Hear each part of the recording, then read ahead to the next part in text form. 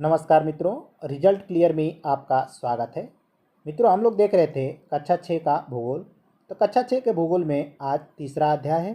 अध्याय का नाम है पृथ्वी की गतियाँ। पृथ्वी की दो गतियाँ होती हैं, एक घूर्णन गति और एक परिक्रमण गति। तो मित्रों, पृथ्वी की दो गतियाँ होती हैं, एक होती है घूर्णन गति और एक परिक्रमण गति। पृथ्वी का अपने अक्ष पर घूमना घूर्णन कहलाता है। तो पृथ्वी जब अपने अक्ष पर चारों ओर घूम जाती है तो इसको हम घूर्णन कहते हैं। पृथ्वी अपने अक्ष पर एक चक्कर घूमने में लगभग 23 घंटे 56 मिनट का समय लेती है, अर्थात 24 घंटे में पृथ्वी अपने अक्ष पर एक घूर्णन पूरा कर लेती है। सूर्य के चारों ओर एक स्थित कक्ष में पृथ्वी की गति को परिक्रमण गति कहते हैं। जब पृथ्वी सूर्य के चारों ओर एक स्थित कक्षा में चक्कर लगाती है तो उसे हम परिक्रमण गति कहते हैं। पृथ्वी का अक्ष एक काल्पनिक रेखा है जो इसके कक्षीय सतह से 66.5 डिग्री का कोण बनाती है। तो पृथ्वी का एक अक्ष है जिसको हम काल्पनिक रेखा कहते हैं और यह काल्पनिक रेखा इसके कक्षीय सतह से 66.5 डिग्री का कोण बनाती है। वह समतल जो कक्ष के द्वारा बनाया जाता है उसे कक्षीय समतल कहते हैं। पृथ्वी का आकार गोले के समान है, इसलिए एक समय में सिर्फ इसके आधे भाग पर ही सूर्य की रोशनी प्राप्त होती है। तो पृथ्वी का जो आकार है मित्रों, वह गोले के समान है।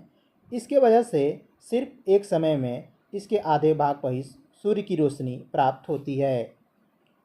सूर्य की ओर वाले भाग में दिन होता है, जबकि दूसरा भाग जो सूर्य से दूर होता है वहाँ रात होती है।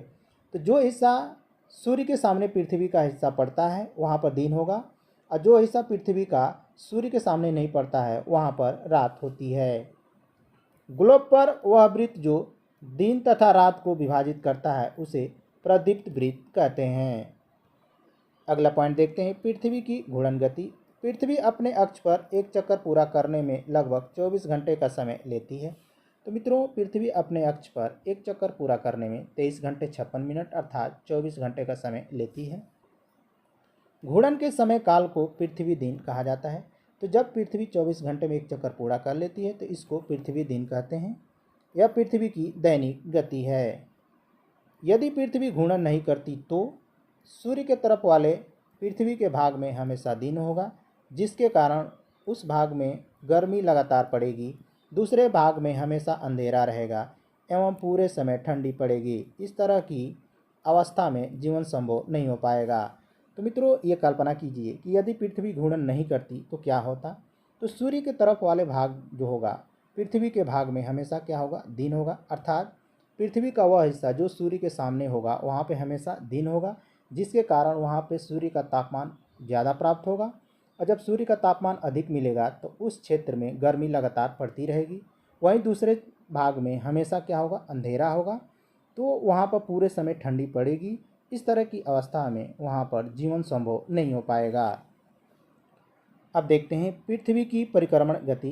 पृथ्वी की दूसरी गति जो सूर्य के चारों ओर कक्ष में होती है उसे परिक्रमण गति कहते हैं। तो पृथ्वी जब सूर्य के चारों ओर एक निश्चित कक्षा में चक्कर लगाती है तो उसे हम परिक्रमण गति कहते हैं। पृथ्वी एक वर्ष या 365 दिन 6 घंटे में सूर्य का एक चक्कर लगाती है। तो पृथ्वी मित्रों एक वर्ष या 365 से 1/4 दिन में सूर्य का एक चक्कर लगा लेती है। तो मित्रों, इसको हम क्या करते हैं कि सुविधा की दृष्टि से 365 दिन अर्थात एक वर्ष मान लेते हैं और इस 6 घंटों को नहीं जोड़ते हैं। यही 6 घंटे 4 वर्षों में जाकर के एक दिन का निर्माण कर देता है। इसलिए प्रत्येक चौथे वर्ष फरवरी माह 28 दिन न होकर के उसके बदले 29 दिन का होता है। ऐसा वर्ष जिसमें 366 दिन होता है उसे लीप वर्ष कहते हैं। तो मित्रों, ये 4 वर्षों बाद एक दिन बन जाता है, इसलिए 4 वर्ष बाद क्या होता है कि 365 दिन की जगह 366 दिन का होता है। तो जो वर्ष 366 दिन का होता है उसको हम लीप वर्ष कहते हैं। पृथ्वी दीर्घवृत्ताकार पथ पर सूर्य के चारों ओर चक्कर लगाती है। पृथ्वी पूरे कक्ष में एक ही दिशा में झुकी हुई है। सामान्यतः एक वर्ष को गर्मी, सर्दी, बसंत एवं शरद ऋतुओं में बांटा जाता है। तो इस तरह से मित्रों एक वर्ष को हम 4 ऋतुओं में बांटते हैं, गर्मी, सर्दी, बसंत और शरद ऋतु। ऋतुओं में परिवर्तन सूर्य के चारों ओर पृथ्वी की स्थिति में परिवर्तन के कारण होता है। तो जो ये हमारे 4 ऋतुएं हैं, इसमें परिवर्तन सूर्य के चारों ओर पृथ्वी की स्थिति में परिवर्तन के कारण होता है। 21 जून को उत्तरी गोलार्ध सूर्य की तरफ झुका होता है। सूर्य की किरणें कर्क रेखा पर सीधी पड़ती हैं। इसके परिणाम स्वरूप इन क्षेत्रों में ऊष्मा अधिक प्राप्त होती है। तो मित्रों, क्या होता है कि 21 जून को उत्तरी गोलार्ध अर्थात सूर्य की किरणें कर्क रेखा पर बिल्कुल लंबवत पड़ेगी, जिसके परिणाम स्वरूप उत्तरी गोलार्ध में सबसे अधिक ऊष्मा प्राप्त होगी। ध्रुवों के पास वाले क्षेत्र में कम ऊष्मा प्राप्त होती है, क्योंकि वहाँ सूर्य की किरणें तिरछी पड़ती है। तो कर्क रेखा के बाद सूर्य की किरणें तिरछी पड़ने लगेंगी, जिसके वजह से ध्रुवों पर कम ऊष्मा प्राप्त होती है। उत्तर ध्रुव सूर्य की तरफ झुका होता है तथा उत्तरी ध्रुव रेखा के बाद वाले भागों पर लगभग 6 महीने तक लगातार दिन रहता है। तो उत्तरी ध्रुव सूर्य की तरफ झुके होने के कारण उत्तरी ध्रुव रेखा के बाद वाले भागों पर लगभग 6 महीने का दिन होता है। उत्तरी गोलार्ध के बहुत बड़े भाग में सूर्य की रोशनी प्राप्त होती है, इसलिए विषुवत के उत्तरी भाग में गर्मी का मौसम होता है।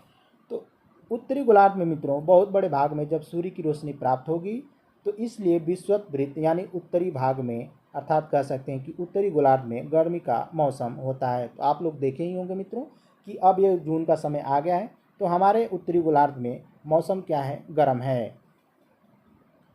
21 जून को उत्तरी गोलार्ध में सबसे बड़ा दिन तथा सबसे छोटी रातें होती हैं। पृथ्वी की इस अवस्था को उत्तर अयनात कहते हैं। तो मित्रों, 21 जून को जब सूर्य की किरणें कर्क रेखा पर लंबवत पड़ती है, इसलिए 21 जून को उत्तरी गोलार्ध में सबसे बड़ा दिन और सबसे छोटी रात होती है। पृथ्वी की इस अवस्था को ही उत्तर अयनात कहते हैं। 22 दिसंबर को दक्षिण ध्रुव के सूर्य की ओर झुके होने के कारण मकर रेखा पर सूर्य की किरणें सीधी पड़ती हैं। तो मित्रों, 22 दिसंबर को क्या होता है कि दक्षिण ध्रुव सूर्य की ओर झुक जाता है, जिसके वजह से मकर रेखा अर्थात 23.5 डिग्री दक्षिणी अक्षांश पर सूर्य की किरणें बिल्कुल लंबवत पड़ती हैं। जब सूर्य की किरणें मकर रेखा पर लंबवत पड़ती हैं, तो इसलिए दक्षिणी गोलार्ध में बहुत बड़े भाग पर सूर्य का प्रकाश प्राप्त होता है। 22 दिसंबर को दक्षिणी गोलार्ध में सबसे बड़ा दिन और सबसे छोटी रातें होती हैं। पृथ्वी की इस अवस्था को दक्षिण अयनात कहा जाता है। तो मित्रों, जब 22 दिसंबर को दक्षिणी गोलार्ध में सबसे बड़ा दिन और सबसे छोटी रातें होती हैं, तो पृथ्वी की इस अवस्था को ही हम दक्षिण अयनात कहते हैं। ऑस्ट्रेलिया में ग्रीष्म ऋतु में क्रिसमस मनाया जाता है। तो मित्रों, सूर्य की किरणें दक्षिणी गोलार्ध में झुके होने के कारण ऑस्ट्रेलिया में गर्मी पड़ती है, इसलिए ऑस्ट्रेलिया में ग्रीष्म ऋतु में क्रिसमस मनाया जाता है। वहीं उत्तर भारत में शरद ऋतु में अर्थात कह सकते हैं कि ठंडियों के मौसम में क्रिसमस मनाया जाता है। 21 मार्च और 23 सितंबर को विषुवत पर सूर्य की किरणें लंबवत पड़ती हैं।